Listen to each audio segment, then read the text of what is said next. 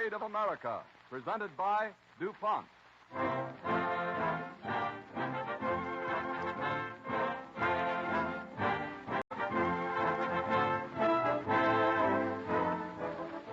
This evening, the DuPont Cavalcade, resuming its fall and winter series, the dramatization of little-known episodes in American history, brings you the story of Edwin Booth, called by many the greatest of American actors.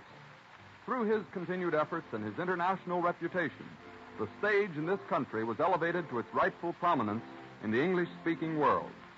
In all walks of life, Americans have been recognized for their perseverance and their ability to succeed against odds. As with Edwin Booth, the artist, so it is with the practical man and the scientist. The research chemist working in his laboratory is another example of American resourcefulness. In every field, he is striving for better comforts and more conveniences in our daily lives. The chemist expresses this in the DuPont pledge: better things for better living through chemistry.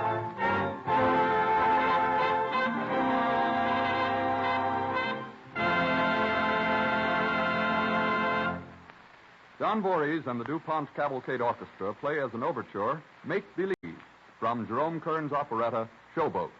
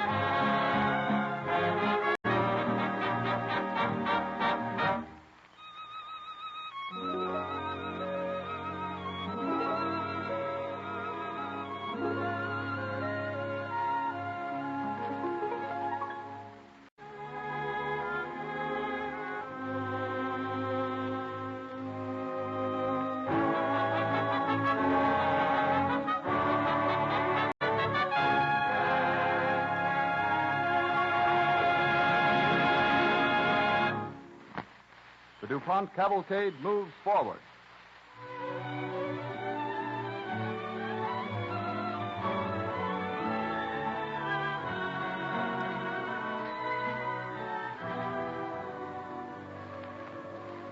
On November 13, 1833, the night Edwin Booth was born, spangled meteors rained from the sky, and the whispering servants of his father's household predicted a great life was in store for him.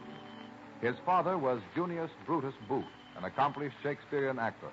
And as a small boy, Edwin often traveled with his parents on tours to the eastern states.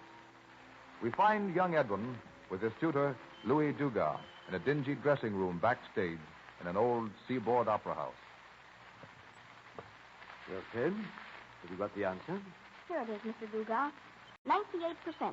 Correct. Now we'll do another one. Can't we wait till the next act? This one's about over and Father will be coming in soon. Oh, very well. But we'll have to solve an extra problem if we stop now. I don't mind that. Mr. Dugas, how old was Betterton when he played Hamlet? Your father hires me to tutor you in arithmetic. You'll have to ask him that question.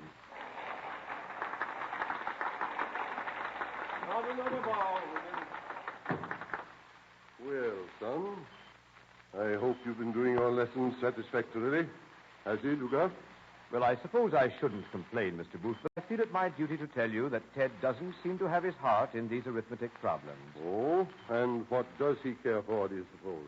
The theater. Hmm? Only a few minutes ago he wanted to know how old Betterton was when he played Hamlet. Why would you like to know that, Ted? I was just curious. I want to play Hamlet myself someday. You play Hamlet? Oh, what utter foolishness. I want you to learn a good trade, say, carpentry. And who knows, but one day you might even become a cabinet maker. Very sensible advice, Mr. Booth. Of course it is.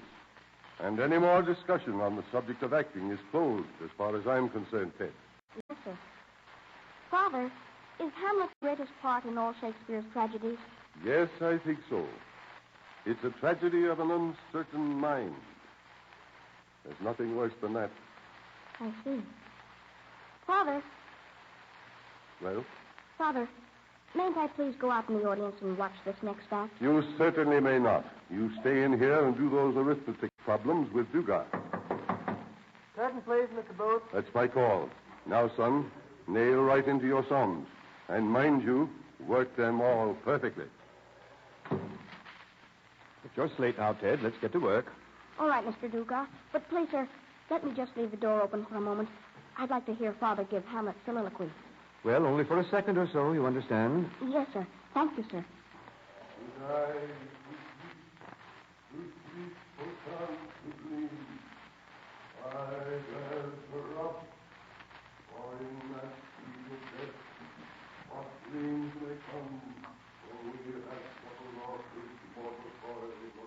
Isn't he magnificent? Your father is the greatest Hamlet in the United States. Maybe. But I'm not going to play Hamlet his way when I become an actor. Didn't I just hear you agree with your father not to go on the stage? You only heard me promise not to talk to him about it. Certainly I'm going to be an actor. I'm going to play Hamlet someday. And when I do, I'm going to play it thoughtfully. If it's the tragedy of a man's mind, that's how it ought to be played. Not like Father's stuff, does it? So vigorously and with all that yelling? You must remember your father is a great actor, Ted. Yes, he is today. But I believe my interpretation of Hamlet is a better one. And before long, I'll prove it to both of you. Someday. Close the door, Mr. Dugas, and listen. This is how I do it. To die. To sleep. To sleep. Perchance to dream. Aye. There's the rub.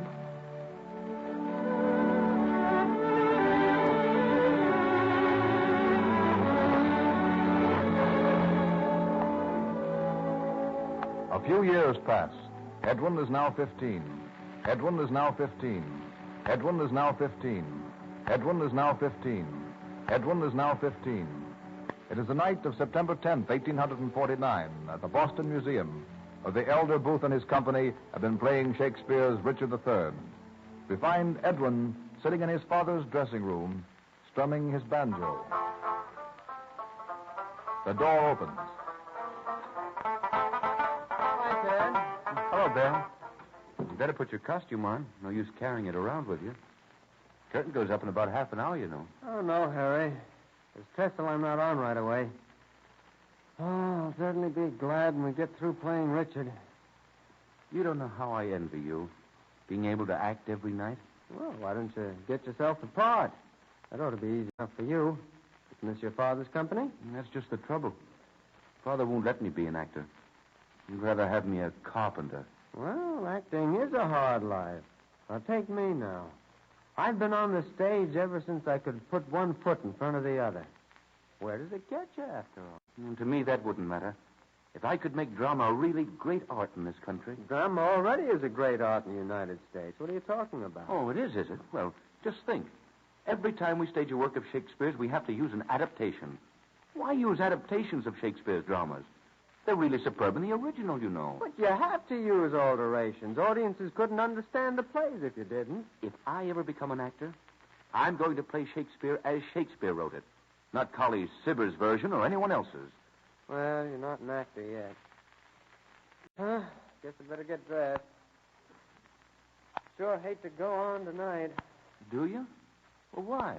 Why, I could have gone to a party over at the Warrens. You can still go. What? Let me take your place tonight. Hey, that's an idea. Oh, what would your father say? Leave that to me. Somebody will have to play Trestle, and it'll be just my chance. Yes, and my job. No, I don't know. I'll tell him you're ill. It's only a small part, and it's just for one night. What do you say? All right, Ted. I'll do it. Now, here's the costume. You better put it on. It might not be so hard to convince your father then. Good luck.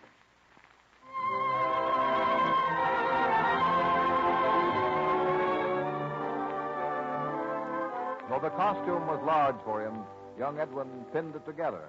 And when his father comes in, he finds his son walking up and down the dressing room, repeating the lines of Trestle. Your queen yet lives, and many of your friends. Your queen yet lives, and many of your friends. But for my lord, your son... Hello, Ted.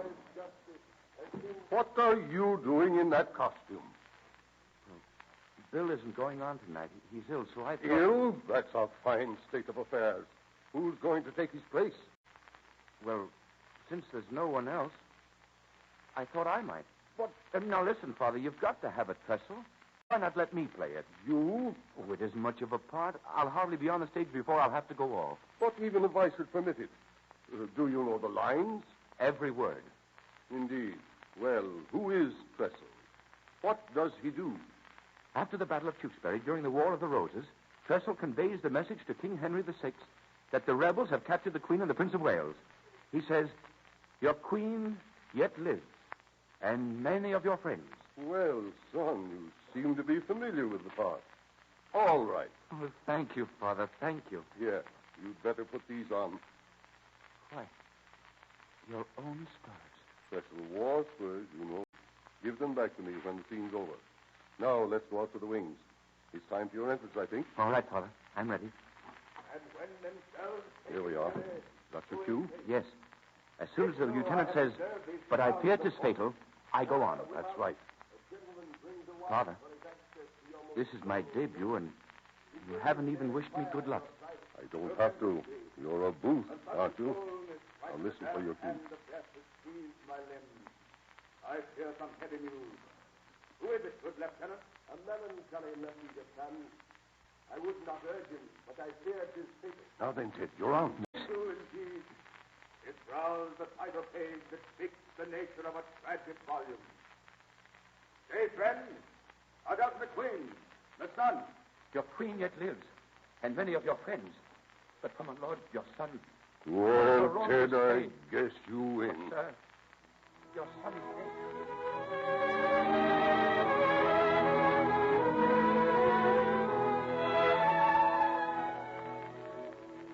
The DuPont cavalcade moves forward. And so it was that Edwin Booth made his debut on the American stage. When he was only 18 years old, Edwin portrayed the tragic title role in Richard III. In 1852, Junius Brutus Booth and his company, of which Edwin was now a full-fledged member, sailed from New York for California. After months of discouragement in the frontier country, which so saddened Edwin's father that he returned to the East, we next see Edwin Booth as a slender youth of 20. He is talking with one of the actresses in his newly formed company on the stage of the old San Francisco Hall. The curtain has just fallen on the opening scene, and Edwin Booth is about to fulfill his boyhood ambition. And the curtain rises, first time in Hamlet. I'm afraid, Ted. Maybe we'd better not go on with the play. Just listen to that mob on the other side of the curtain. Hey, give us all ham, Ted, I really think you shouldn't try to do Hamlet out here in this frontier country. It'll be all right, Laura. Just wait till that curtain goes up. If we're ever going to have a great American theater, there's no place like San Francisco to lay the foundations. Come on, Laura. Let's give them a Hamlet they'll never forget. I'll do my best, Ted. Places, everybody. Curtain.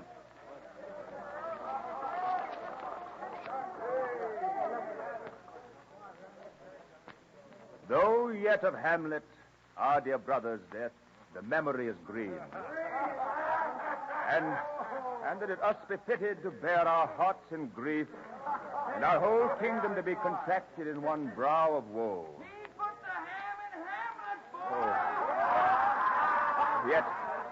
Yet so far hath discretion fought with nature, that we with wisest sorrow think of him together with remembrance of ourselves. Therefore our sometime sister, now our queen, have we, as 'twere with a defeated joy, taken to wife. But now my cousin Hamlet and my son, A little more than kin and less than kind. how is it that the clouds still hang on you? Not so, my lord. I am too much in the sun. Good Hamlet, cast thy nighted color off. Do not forever seek thy noble father. Thou knowest 'tis common. All that lives must die. Aye, madam, it is common. Hey, quiet! Quiet! Give Ted Booth a chance, will you? Quiet! Anyway, he's good. Shut up. If it be, why seems it so particular with thee? Seems, madam? Nay, it is. I know not seems. 'Tis not alone my inky cloak, good mother, nor the customary suits of solemn black, nor the windy suspiration of forced breath. No, nor the fruitful river of the eyes.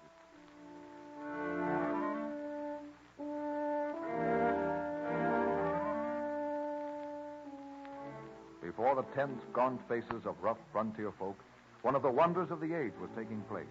Edwin Booth playing Hamlet for the first time in an immortal career. As though in contrast to the din which greeted the young actor's entrance on the stage, the old hall was hushed as the drama drew to a close. Good Horatio, in this harsh world, draw thy breath in pain to tell my story. I die, Horatio. The potent poison quite o'ercrowns my spirit. The rest is silence.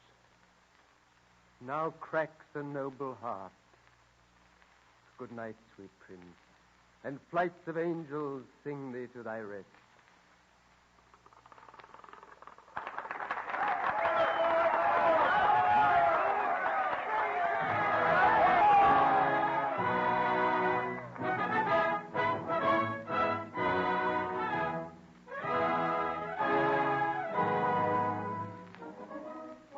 On Edwin Booth's return to the East, his Hamlet was enthusiastically received. He was called the hope of the living drama, the idol of the American stage, and the greatest tragedian in the history of our theater. But when Edwin Booth was not traveling with his company throughout the land, his mind was occupied with other schemes of a special significance to American drama. One day, we find him discussing these plans with Dr. A.O. Kellogg as the two men drive over the Connecticut countryside near Coscob in an open carriage. Did you ever cherish a dream, Doctor? Perhaps. Well, Doctor, I cherish 3 dreams, and they all pertain to the theater. First, I want to build my own theater. It must be the best in the world, and a credit, I hope, to the profession in this country. That is a dream. But it's also hazardous speculation, you know. Then, I want to make the world conscious of the fact that our people appreciate the power of the great Shakespearean dramas. Suppose I should play Hamlet longer than anyone has ever played it before. Say, 60 nights in succession, or 70. Why not 100? Why, the people would never come to see me in Hamlet for 100 nights. You underestimate your genius, Ned. Now, my third dream. It I want to found a club which will ennoble the standing of the acting profession in the United States. I'd be in favor of calling it the Players. I would like to see it represent all that is best in the profession. Well, Ned, those are three mighty ambitious dreams. You'll be lucky if even one of them ever comes true. I trust they all will. You see, Doctor, I'm not just satisfied with playing Hamlet up and down this country. I want to leave something permanent behind me when I die. I'd say you already have. You've given the theater its greatest Hamlet. Please don't think I'm ungrateful, Doctor. But it always embarrasses me to hear that. It really doesn't matter who plays the role. Hamlet is a great part in itself. Yeah, that's what a lot of misguided actors have been told, I'm afraid. Whoa. Yeah, Whoa, boy. Look out, Ned. The gray's rearing up. Whoa, get down there. Down. What's the matter with those nags anyway? I wish I knew. Whoa, boy. Hold them in, Ned. Looks like they're going to run away with us. Not if I can help it. Steady. Hang on, Ned. Hang on. Get up. Hey. The headstall's broken. That cuts the team loose. Jump for your life. I can't. Hurry up. The buggy's going to tip over any minute. Come on, jump. I say, look out. We're heading right for that telegraph pole.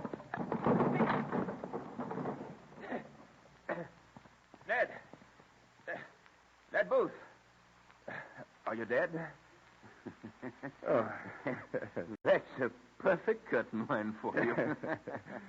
No, I guess I'm going to live to see those dreams realized after all, Doctor. If this runaway couldn't kill me, nothing can.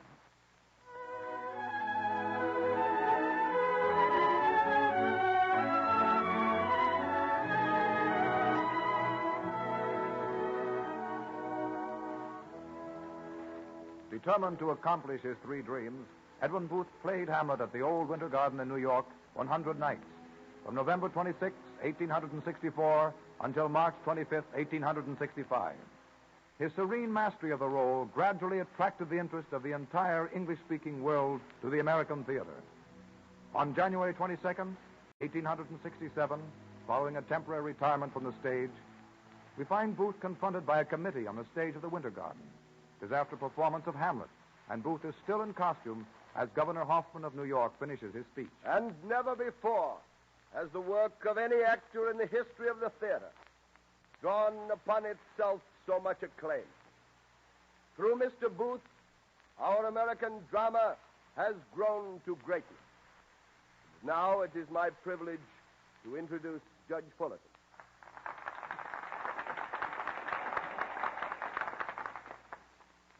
Mr. Booth, the visitation of this committee was prompted by the respect of your fellow men, who desire, through me, to offer you a token of their appreciation of your genius as an actor, and of their respect for you as a man of whom the nation is proud.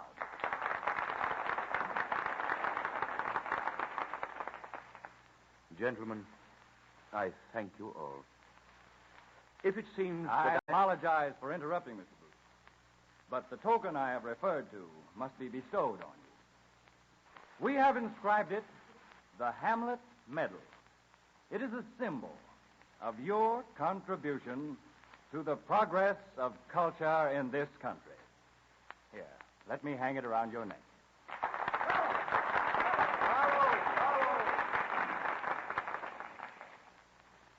It is well that you stand before us in the costume of Hamlet, since it is fitting that the presentation of this medal should take place on the occasion of a play with which your name will be forever associated as the greatest Hamlet who ever lived.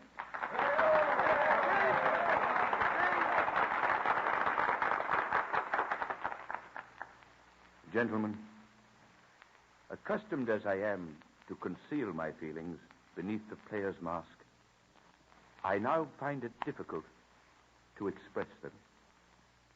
The best thing I could say tonight, I would have to borrow from Hamlet himself. For after all, I can do no better than to quote Hamlet on this occasion. Beggar that I am poor in thanks.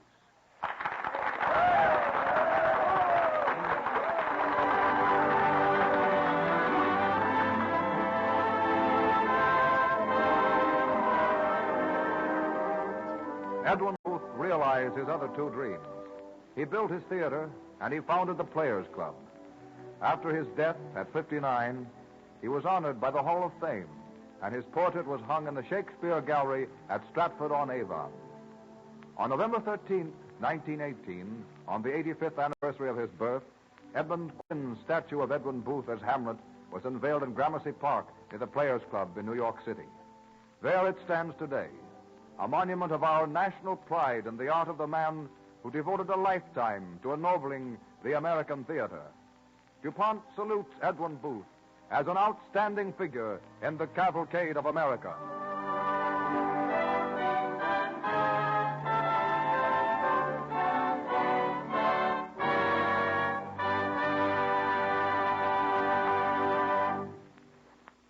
Last Thursday evening, the Chamber of Commerce of Clinton, Iowa, gave a dinner attended by more than 750 people, including the governor of Iowa, the mayor of Clinton, and many other state and city officials. The dinner was given to celebrate, but I think you should hear about it from a man who was there, Mr. John E. Hatt, general manager of the cellophane division of the DuPont Company. Mr. Hatt. The governor, the mayor, and all our Clinton friends certainly made the dinner an event for us. They called it a welcome DuPont banquet because the DuPont Company is about to build a new plant in Clinton to manufacture cellophane cellulose film. The new unit will provide employment for at least 500 local people and will be our first cellophane plant in the Middle West. Well, does it take many plants to supply the demand for cellophane, Mr. Hatt? We now have 6 plants in operation, 2 each in Buffalo, New York, Richmond, Virginia, and Nashville, Tennessee.